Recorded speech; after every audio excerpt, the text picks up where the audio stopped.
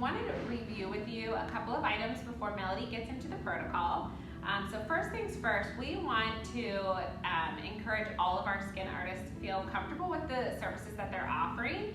So we are leaving it up to you guys to determine whether or not you want to offer services like facials and makeup services, including your timing. So if you're thinking that you may need additional time other than the 15 minutes that we are giving you, you can work directly with your salon director to make your timing longer, or even unqualify some of those services. So if you feel like maybe you want to start with an express facial and then add on those other services as you get more comfortable, feel free to do that. Otherwise, you are allowed to start with all of the services, and even if you start with them and start thinking that maybe you're not ready, you can adjust as needed.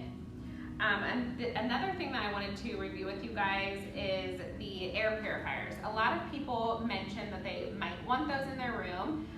We did look, and the CDC does not mention anything about air purifiers completely clearing rooms. So we are not putting them in the rooms ourselves, but if you feel like you need one, you can have one in your room. So feel free to bring your own if you would like. Also, we've now implemented temperature checks. So at the front door, our guest experts are handling all of the temperature checks for you guys at 100.4. So if anyone gets to that temperature, they would be asked to reschedule. Otherwise, they are good to go for their service. On-demand services. So we did make some adjustments to those as well. So for anyone that's doing on-demand services, we are making adjustments to that as well. So the GEC is now going to be letting guests know that we're requiring everyone to be wearing a mask. Also, we're requesting that the work area be reserved for people who are getting services done. So that way you're not having a bunch of different people, like their relatives, all kind of crowding around your workspace. So we're asking that only the people getting services are at that work area. In addition, we are giving the artist the choice whether or not they feel comfortable to do these services. And I think that's really key. If it's not something that feels safe to you, then you do not have to do the service. Also, we are asking that artists bring sanitizer with them in their kits. I think that's going to be a huge sticking point because you will still need to follow the sanitation guidelines that Melody is going to be talking to you about for your on-demand services as well. Lastly, we implemented a fogger in the salons. And I think this was probably one of the most exciting things that people were seeing, and it literally sticks to every surface that they spray it on. So they're spraying it on the walls, the ceilings, everything that anyone would touch, and inside the rooms as well. It lasts for up to 3 months, but we are actually going to do it more than every 3 months. We're going to do it every 3 weeks, mainly because of how many people are coming in and out of the salons every day, and to make sure that you guys feel safe. We're going to do it more than the industry standard. So Melody is going to talk to you guys a little bit about the protocols. Welcome. So first things first, all artists are required to wear a mask. No ifs, no ands, no buts. Everybody wears a mask. Shields, so the face shields or gloves are completely optional. You have the option to wear any of those at any point in time with any service. However, the mask is always going to be there. So in terms of your skin protocols, you're going to have your pre-service, so your sanitation checklist. Essentially, your sanitation checklist is going to be to disinfect your countertops, your products, service equipment, wax pots, lids, cords, stone heaters, all of those things. Your door handles, your faucets, cabinet handles, all of those things that would come into contact with hands, clipboards, hangers, wall hooks, any side tables, your chair, hot towel cabbies, any of the lights, the magnifying lights, of course, all of your metal implements, which we'll talk about that. Sanitizing the bed. So ideally speaking, you are going to strip the bed after every single service. All linens are going to come off, and you're going to sanitize the bed before you reset for the next service. Linens are going to be gathered immediately after the end of the service. No storing linens underneath the bed, soiled linens that is. In the closets, all of them are going to be pulled off the bed, put into a plastic bag, and taken directly to the laundry. We'll all get our steps in, taking the laundry.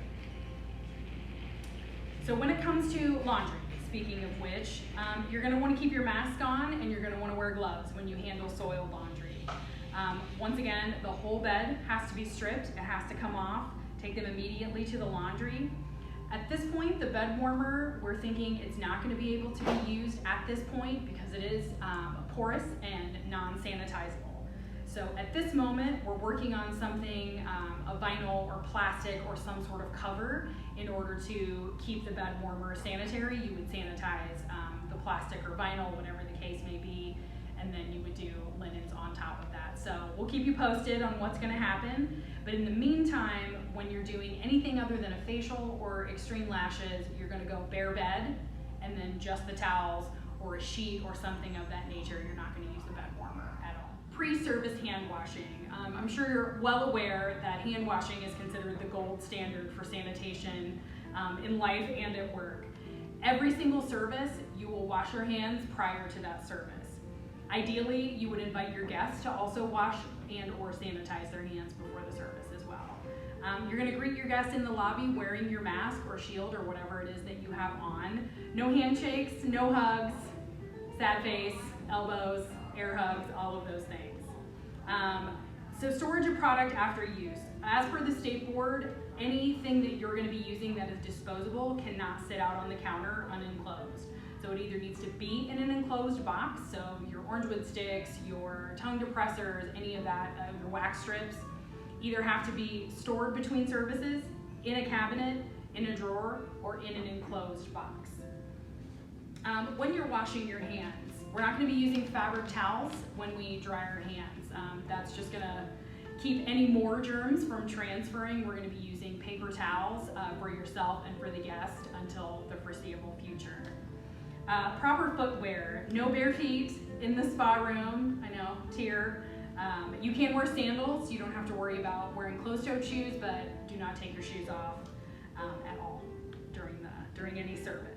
So during your service, I'm going to go through each service and really kind of pick out different things here and there, but the vast majority of what you're going to be seeing is going to be hand washing, sanitizing, and more hand washing.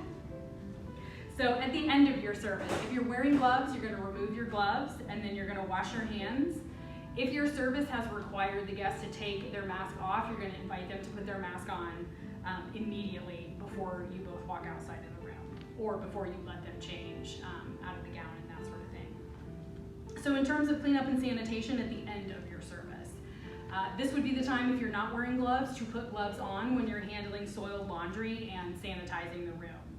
So you're going to keep your mask on, you're going to put gloves on, gather up your laundry, put it in your plastic bag, take it to the laundry area. I think an ideal way to go about this to kind of multitask a little bit is going to be gather up your linens, put it in the plastic bag, spray your room down with your Lucicide. Lucicide doesn't actually have to be wiped off, you just can go to town and spray all of your things, leave the room, take your laundry. By the time you get back with your next guest or by the time you get back to refill or whatever it is that you're doing, you should be good to go with the Lucicide. Lucicide is 10 minutes to be 100% effective or 2 minutes to be 99.9% effective. So don't stress too much if it's 7.5. It'll be okay. At the end of the service as well, you're going to want to sanitize every bottle or jar, anything that was not thrown away at the end of the service. My personal advice is that if you are doing a facial, I would leave the products out on the counter while you're doing them so you don't cross-contaminate into the drawer. Now, of course, your waxing supplies, which you'll be using the vast majority of, you'll just want to sanitize those at the end of every service. So, specific services, facials, dermaplane, and all of your peels.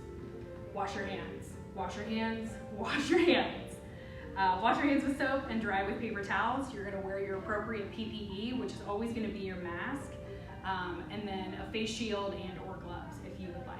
If your guest is allergic to latex, you will have access to a non-latex option as well as vinyl gloves. Unfortunately, nitrile is considered a medical grade product, so we will not be able to have access to nitrile. Bummer. Those will be available in the warehouse, so just run over there and they'll help you out. All supplies generally, like I said, will be enclosed in a cabinet or drawer. Any supply cannot be stored out on the counter.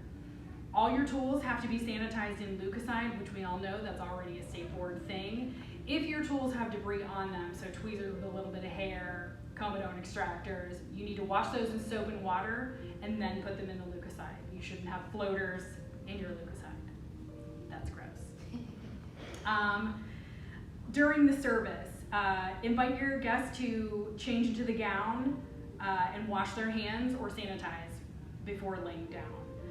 In terms of a hair cover, the hair covers we also discovered are considered medical products, so we do not have access to them. So if you all remember spa school, we'll do a little babushka hair cover. So essentially your clothing, your body is not in contact with as much of their hair as possible.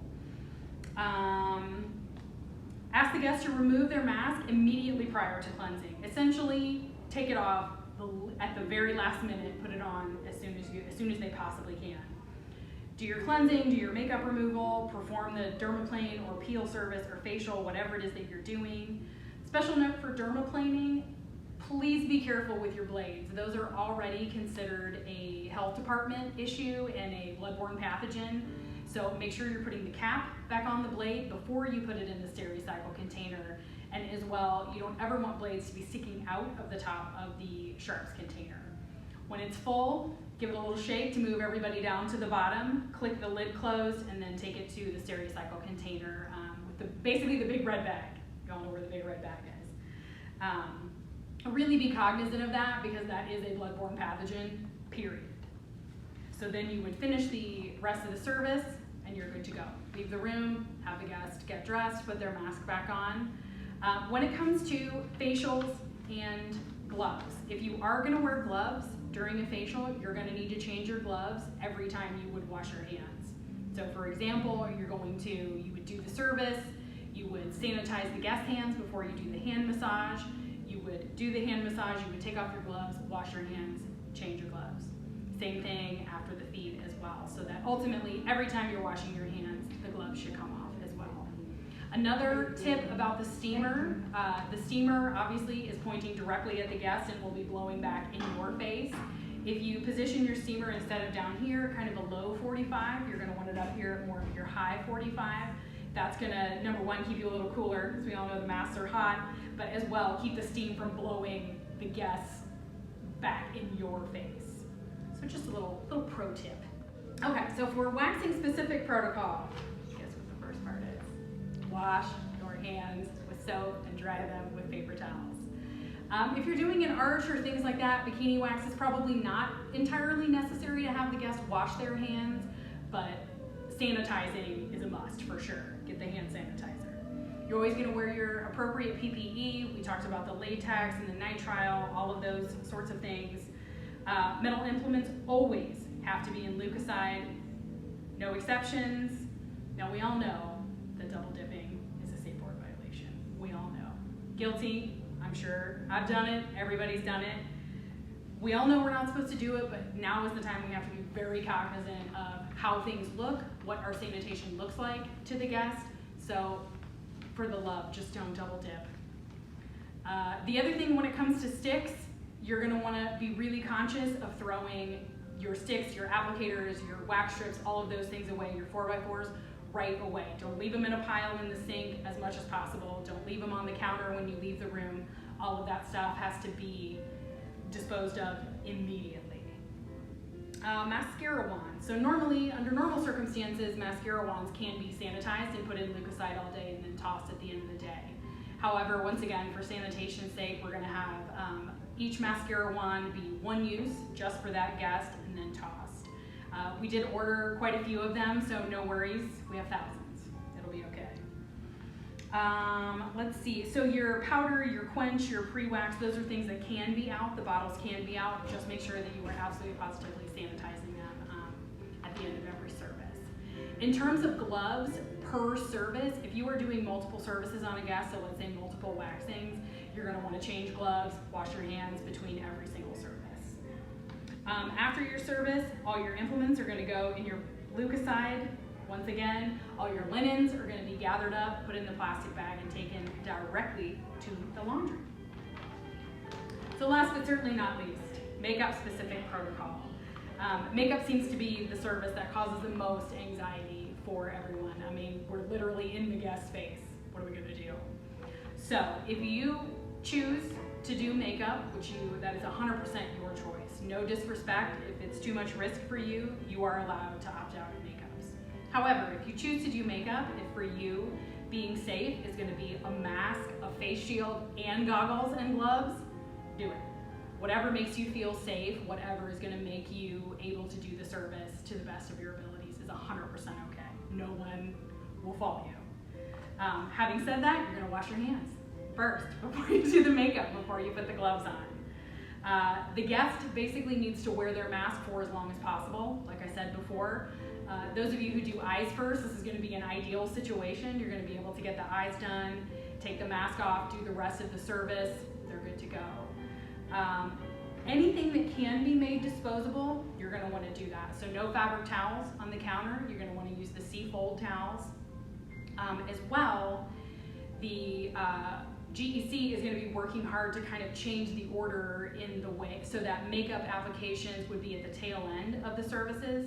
So we all know putting a mask back on after an artfully done makeup application is awful. It's terrible.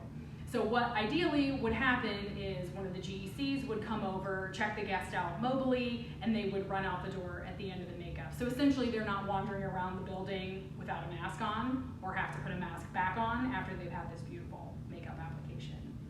So in terms of disposables, essentially anything that can be scooped out is going to be scooped out into a pallet. So when you're doing a makeup application, you're going to be dispensing each product that you use into a little round palette, like the ones that you give kids to paint with. They're 100% disposable, so no dishwasher, none of that stuff. You'll dispense your eyeshadow, your powders, your blushes, anything that it would come in contact with the guest's skin, you're going to want to dispense out. We're also going to use those little plastic spatulas instead of wood. Wood is permeable and technically can absorb bacteria and viruses and things, so we're going to go ahead and forego that. So everything is disposable. If you're a Beauty Blender fan, beauty blenders are going to be out. They cannot be truly sanitized, so if you're going to use them, you use them once and then you throw them away. Otherwise, I personally have found that the little makeup wedges that we all know are the devil are actually better if you wet them first and use them a la Beauty Blender. The only thing that absolutely positively cannot be used during a makeup application now is going to be your eyeliner pens. Obviously, those are completely not sanitizable. Pencils are okay. However, pencils are going to need to be sanitized before you use them. Sanitize the sharpener, and then sanitize after you sharpen as well.